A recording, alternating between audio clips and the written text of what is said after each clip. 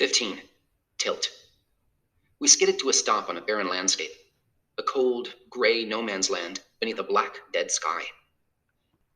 We climbed out of our pod, which was no longer a ship, just a small tilt-a-whirl ride pod, dented and lopsided, but otherwise not much different from how it started.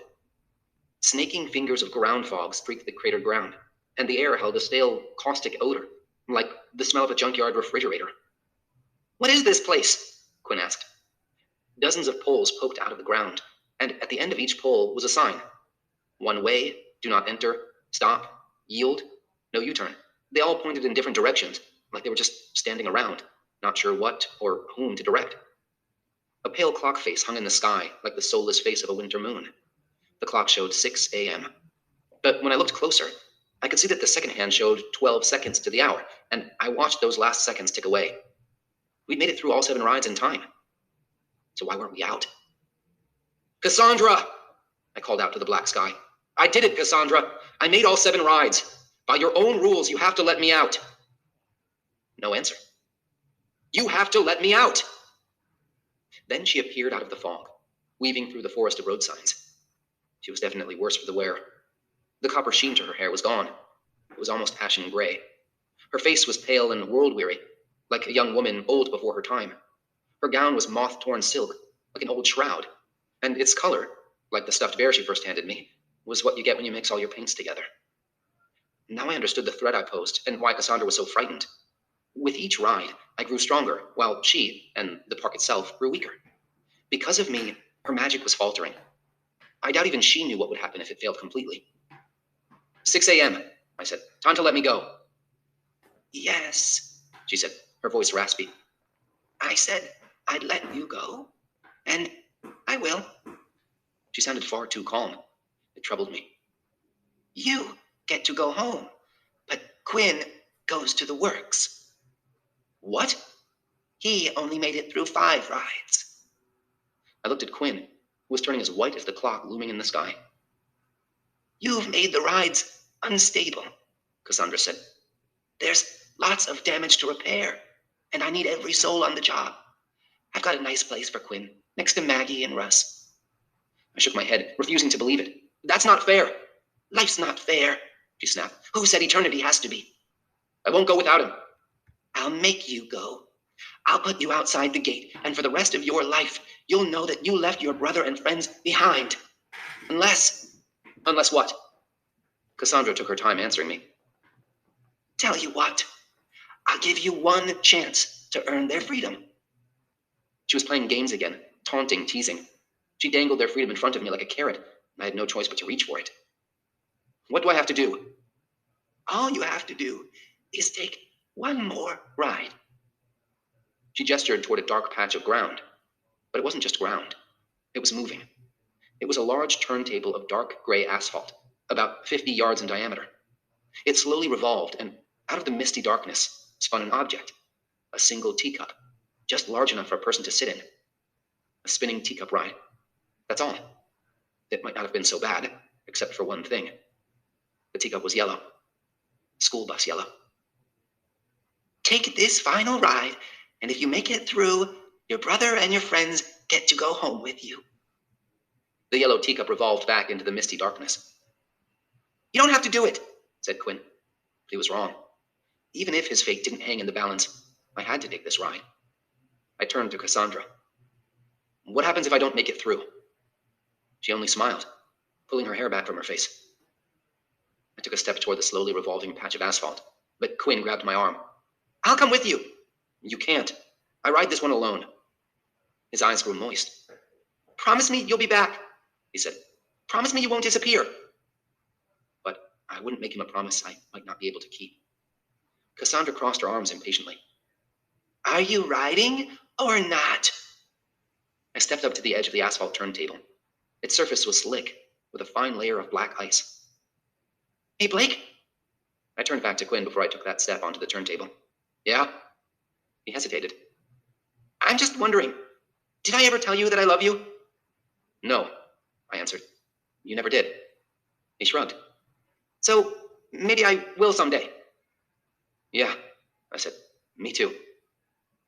Then I stepped onto the turntable, and it carried me away from him. Back in 5. I kept my eyes on my brother until he faded into the mist. I turned to see the teacup just a few yards away. I pulled open the cup's little yellow door. The seats inside were dark green leatherette. The wheel in the center was a steering wheel. I closed the door, took my seat, and grabbed the wheel. The teacup began to spin, slowly at first, but picking up speed as I pulled on the wheel, putting my weight behind it. I made that yellow teacup spin faster and faster until everything blurred. The sound of squealing tires began to fill my ears, and suddenly I was spinning out of control. A doomed school bus on an icy day. Green, sticky seats, and the smell of cherry bubblegum, and a dozen kids screaming as the bus spins round and round and round. Andy Burke, my best friend, falls from his seat to the ground. I am 7. I am there. This is not just a ride. I am there. A teacher wails, "Oh my God, oh my God, oh my God." Mrs. Greer. I remember her name now. I grip onto the seat in front of me to keep from being hurled across the bus. My backpack flies, and I never see it again. My fingers slip from the seat back, and I tumble into the aisle, my cheek hitting the cold, black floor that smells of rubber and mud. "Hold on, Blake," Mrs. Greer yells. When I look up, I'm staring straight at the emergency exit at the back of the bus. It seems 100 yards away. Bam! We hit something hard, tearing metal. A guardrail flies up from the road like a piece of confetti. It smashes a window and tumbles away. We've broken through the guardrail at the edge of Colfax Ravine. I know this place. The cliff is steep and rocky. I used to throw paper airplanes from this cliff and never see them hit the bottom. As far as I know, Colfax Ravine is as deep as the Grand Canyon. The front end of the bus slips over the edge of the cliff, and now the sight of the rear emergency exit door fills my mind, and I scramble toward it. No one else is opening that door. Don't they know? Don't they see why that door is there? If no one else will open it, I will. The bus tilts, its back end lifting into the air. The floor of the bus rises before me like a black wave. I climb the steep angle of the floor to get to the emergency exit at the back. Screams and scraping metal. The smell of pee. Somebody's wet themselves. Maybe it's me. I reach the back of the bus and grip the emergency door release bar. "Open it, Blake," yells Mrs. Greer. "Open it! Hurry!" And then I hear another voice, one that's not supposed to be here. The voice of Cassandra. She reclines in the back row, calmly watching, amused. "Hurry, Blake," she mocks. "Not much time left." "Open it!" screams Mrs. Greer. But the door is rusted shut. It doesn't budge. I can't. "You couldn't open it then," says Cassandra. "And you can't open it now. Such a shame." Metal scrapes on stone on the belly of the bus. The nose drops lower, the back rises higher, and the bus loses its balance, plunging into Colfax Ravine. I open my mouth to scream, but I am silenced by a blinding, searing explosion, and I am spinning out of control. A doomed school bus on an icy day. Screams, the smell of bubblegum, and Andy Burke falls to the floor. It's happening all over again. The ride is repeating. Mrs. Greer wails, "Oh my God, oh my God, oh my God." No, not again. I can't go through this again. How many times will it repeat? How many times? "Hold on, Blake." I'm in the aisle again. The smell of rubber and mud and the emergency exit. We hit the guardrail and teeter over the edge. I'm at the back now, tugging at the stubborn emergency exit door. And Cassandra is there again, smiling in triumph. "Here's your own special ride," she tells me. "And you'll never change what happened, no matter how hard you try. You can't change this ride." I ram my fist against the emergency exit release until my knuckles are bruised and raw. "Open it, Blake," screams Mrs. Greer. I can't. We slip off the edge, plunging into the ravine, and the moment before the explosion, I can feel Cassandra's breath in my ear as she whispers, "Welcome to eternity." A blinding flash, and I'm spinning out of control. A school bus on an icy day. Andy falls to the floor. "Oh my God, oh my God, oh my God." I've always been on this ride. From the moment that Cassandra, in her bright orange car, cut in front of the bus and sent it spinning out of control, I have been riding. It has dominated my life, playing in my dreams, my daydreams, and every thought I have. This is how Cassandra can trap me, because, in a way, I never left this bus. I've been riding since I was 7 years old. We crashed through the guardrail. I dragged myself to the back. If there's a way out of every ride, there has to be a way out of this one. There has to be. What am I not seeing? You have to remember what you did. I'm at the emergency exit again, as the bus tips at the limit of its balance. My thoughts race, too fast to hold on to. If only I could think. There has to be something I'm missing. I survived this accident. How did I do it? I close my eyes. I take a breath. Open it, Blake! No, Mrs. Greer. No, I won't open it.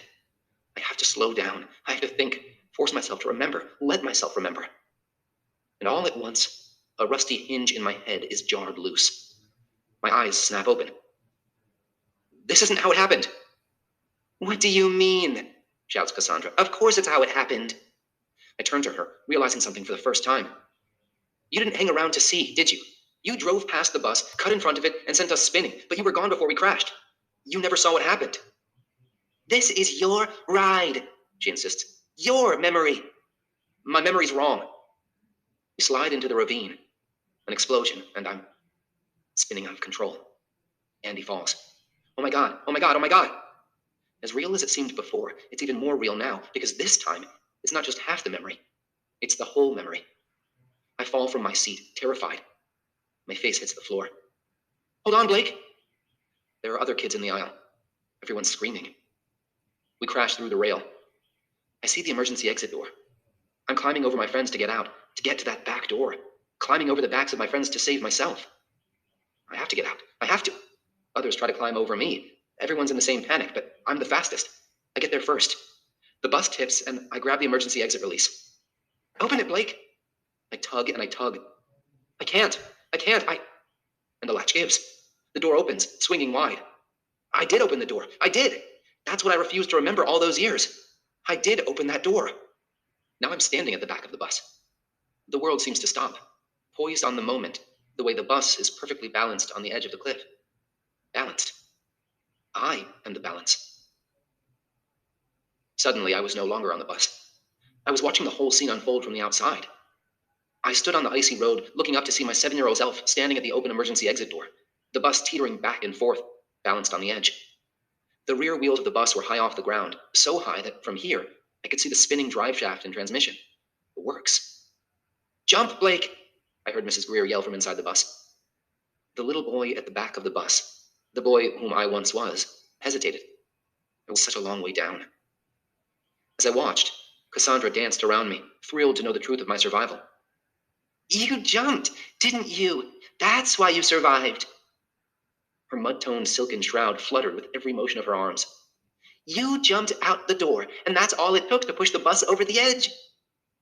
I didn't answer her. I just watched as the little boy at the back of the bus closed his eyes and leaned forward, just as the bus slipped another foot. That terrified little boy somehow found it in himself to leap from the back of the doomed bus, even though no one else jumped with him, even though he knew he'd be the only one out. Even with the burden of guilt he would have to bear, I, still chose to live.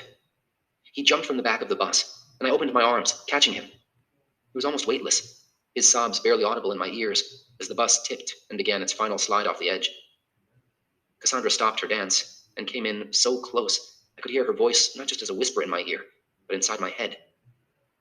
They all died because you jumped. No, I said calmly. The bus was going over anyway. You'll never know that for sure. No, I won't. And you'll never change what happened. No, but I can get off this ride. Forever. The back end of the bus disappeared over the edge. I held the boy in my arms, safe from the flash of heat and from the sound of the explosion, knowing this was the last time I'd ever have to hear it. It's all right, Blake. It's over now. I'll hold you and comfort you, and I'll forgive you for being the lucky one. I forgive you for not being strong enough to hold that bus up with your bare hands and save them all. I forgive you for surviving. I held him tight until I realized there was no one at all in my embrace. I was wrapping my arms around myself. The ride was finally over. I had made it out.